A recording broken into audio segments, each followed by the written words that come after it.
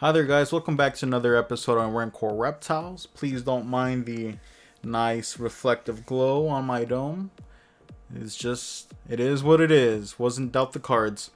And today it's going to be a bird eye view. If you like these bird eye view videos or these animal review series videos, please leave a like, subscribe, go down below and comment on a suggestion for a future video or your thoughts on this one, or if you have anything else to share. And this video is actually a suggestion by a subscriber called Foresight. Thanks, man. He really wanted me to talk about the long-tailed grass lizards. The scientific name is the Tachydromus. He didn't really specify which species exactly.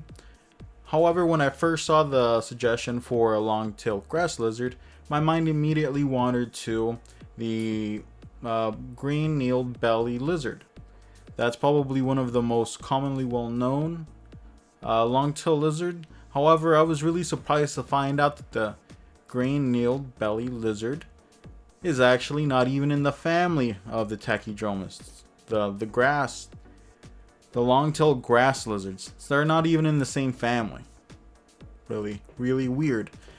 So let's get down and talk about these guys. So this species is, like the name would suggest, long-tailed, very long-tailed grass lizard. The lizard itself, if you have an adult that's around a foot long, the body of an adult will probably only take up an inch or two of that total length.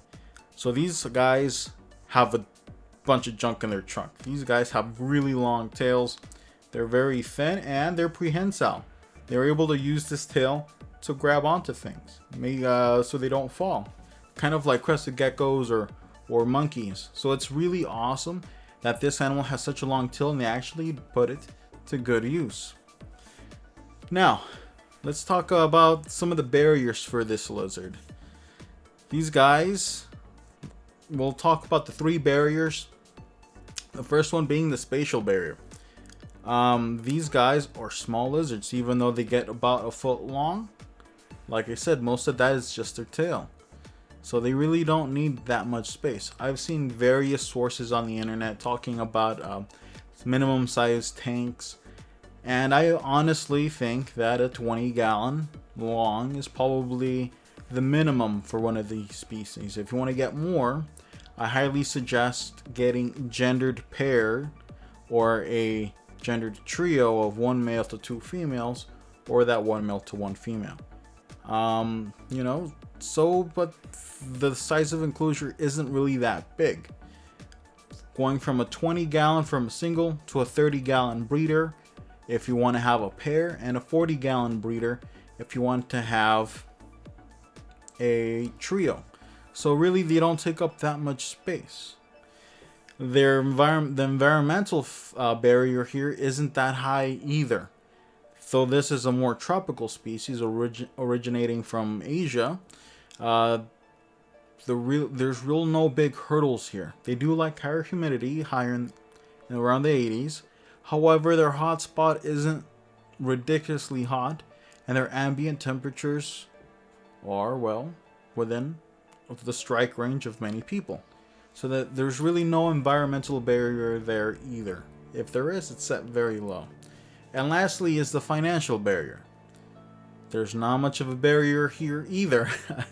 These guys are fairly affordable. Of course, most of the more affordable ones will be wild caught. Going for around, I saw some sellers selling them for $20. However, I can almost guarantee that those individuals are wild caught, and I wouldn't suggest you going out and buying one of those. I suggest you finding a breeder for this species and buying it off there. Probably costs you around $100. So overall, this lizard really isn't that expensive. If you are planning to get one of these guys, or a breeding pair or a trio, I would suggest allocating majority of that funds to the enclosure. I will talk about the setup in a bit. However, some things do need to be done for it. So let's go into the setup. The setup is, quite frankly, straightforward. This is a pretty much tropical to subtropical lizard. it needs high humidity. In order to achieve that, let's talk about the enclosure itself. The enclosure itself, I do not think a glass aquarium with a mesh lid would work. Maybe if you live in places with high humidity like Florida, or somewhere more tropical, maybe that will work for you. However, for majority of us that in the United States that live in pretty arid areas where humidity really tops out around 30 to 40%, having this lizard and pretty much a fish tank with mesh is not a very good idea. So because of this, you're probably going to end up having to get an Exoterra or any other type of enclosure that's similar, that keeps in the humidity, and it has some kind of mesh port where you're able to put in lights. So that's why I'm suggesting something like an Exoterra or a Zoomed, something like that, where it's properly set up to retain humidity, while it offers you an opportunity to put on proper lighting in the enclosure.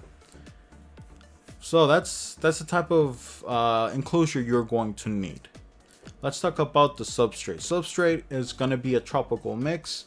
I've seen people on the internet use things like tissue roll. However, because you are working with higher humidity, the tissue roll will get deteriorated fairly quickly. So I suggest using a tropical mix with the typical cleanup crew, seed it with springtails and isopods. And because you're already going to be using UVB, might as well slap on some natural light to that, and you can actually pull off a really nice planted enclosure. These guys, or the Techidromus, really do benefit from having plants to help increase their confidence level in the enclosure. And that's going to play a big part because these guys are diurnal. These guys are up and about as you are. And so with a proper setup, they will be all over your enclosure. While you're watching them, they'll be moving around and having fun. So make sure that you're able to provide live plants, nice cork bark, places where they can climb.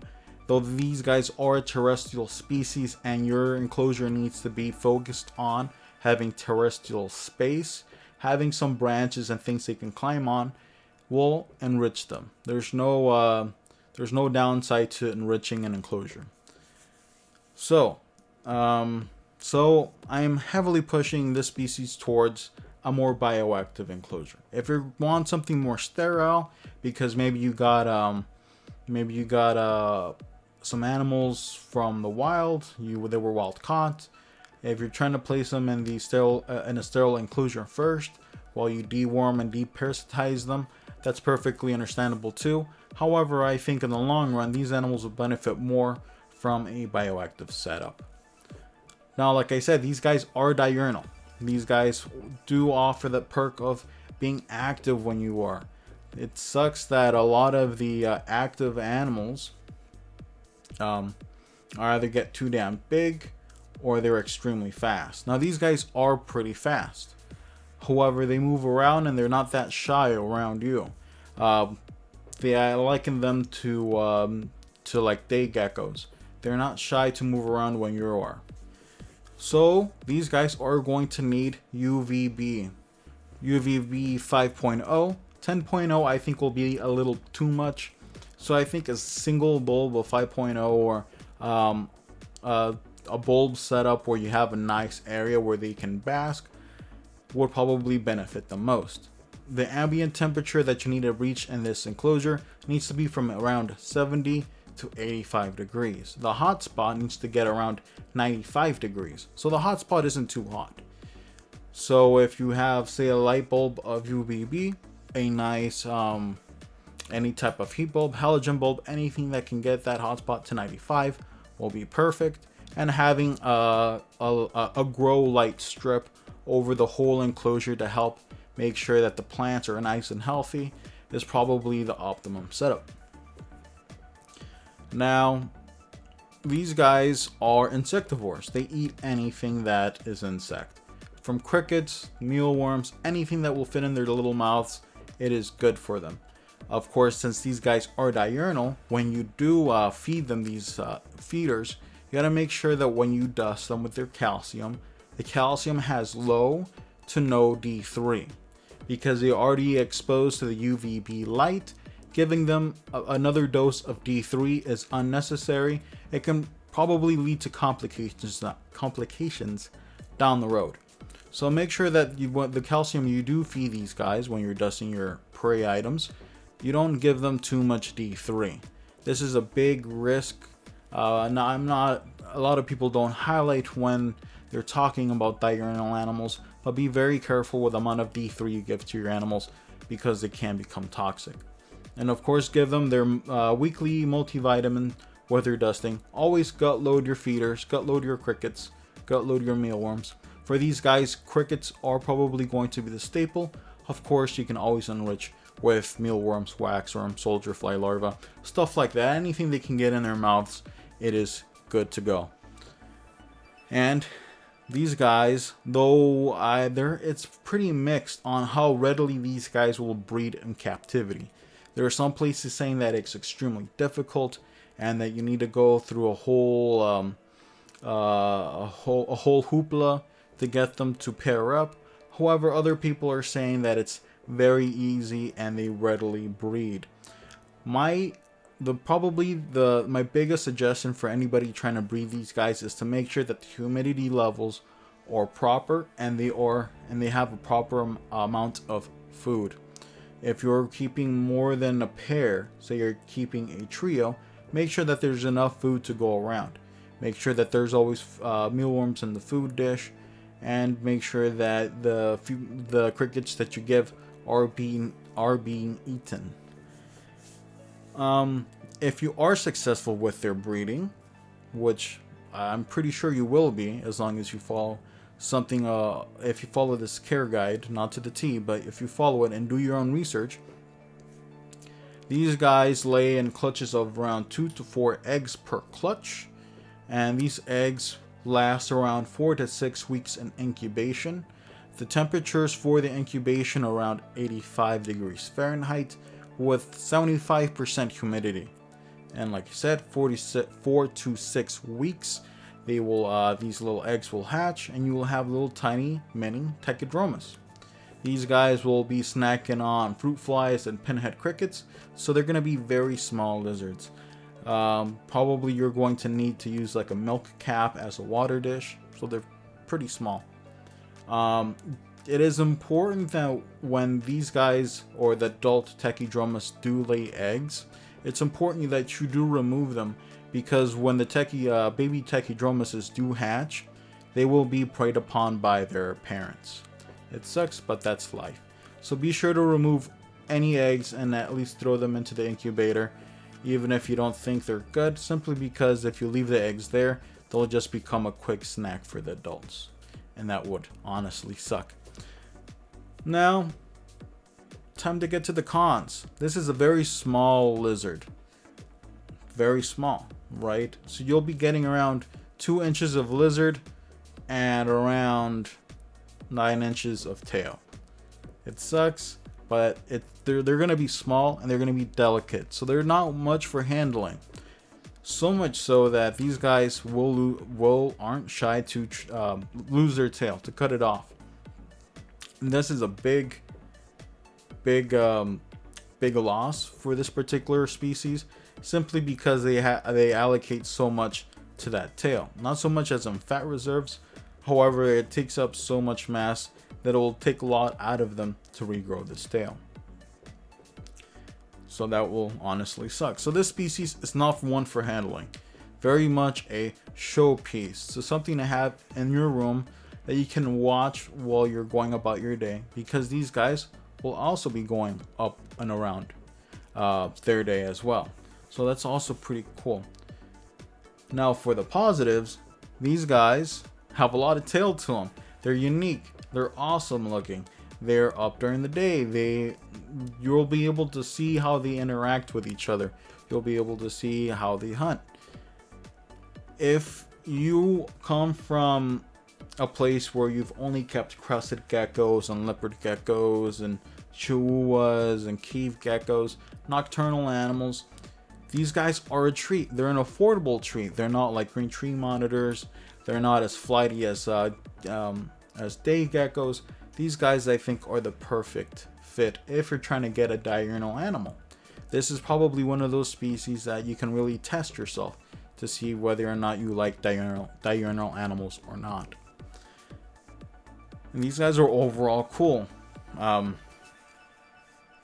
Just rad lizards. So in closing thoughts, I think that this lizard, though small it may be, has high potential to be a showstopper. If your friends come over, these lizards aren't ones to intimidate. However, they're ones to impress. Long tails, the way they act, they're not really shy once they get familiarized with their environment. So these guys, I think, will make great showpiece animals. They do take up a bit of space with, their 20-gallon long and 40-gallon breeders if you're going for a trio. However, I think that that's space well invested for these animals. A very interesting species and honestly a pretty rad animal overall. So that has been the long-tailed grass lizard. And as always, thanks for coming by, watching this video. If you have any other suggestions, leave them down below. If you want to add to this, go down in the comment section and talk about it. Share some information if you have these animals or if you've had experience with them, with your breeding, feeding, temperament, anything like that. Go down below. Let's talk about it. As always, thanks for coming by and watching my video, and I'll watch you guys in the next one. Thanks, guys.